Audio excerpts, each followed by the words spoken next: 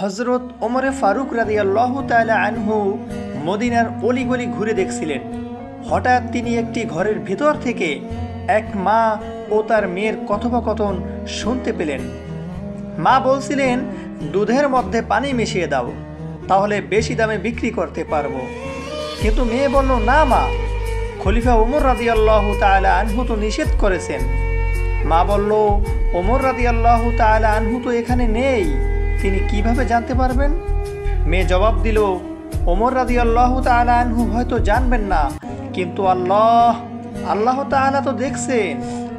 এই উত্তর শুনে ওমর রাদিয়াল্লাহু তাআলা আনহু এতটাই মুগ্ধ হলেন যে পরদিন সেই মেয়েকে তার ছেলের জন্য বিয়ের প্রস্তাব দিলেন। সুবহানাল্লাহ। পরবর্তীতে এই মেয়ের বংশ থেকেই মহান খলিফা উমর বিন আব্দুল আজিজ রহমাতুল্লাহি আলাইহি জন্মগ্রহণ করেন, যিনি ইসলামের ইতিহাসে সুবিচারক শাসক হিসেবে পরিচিত।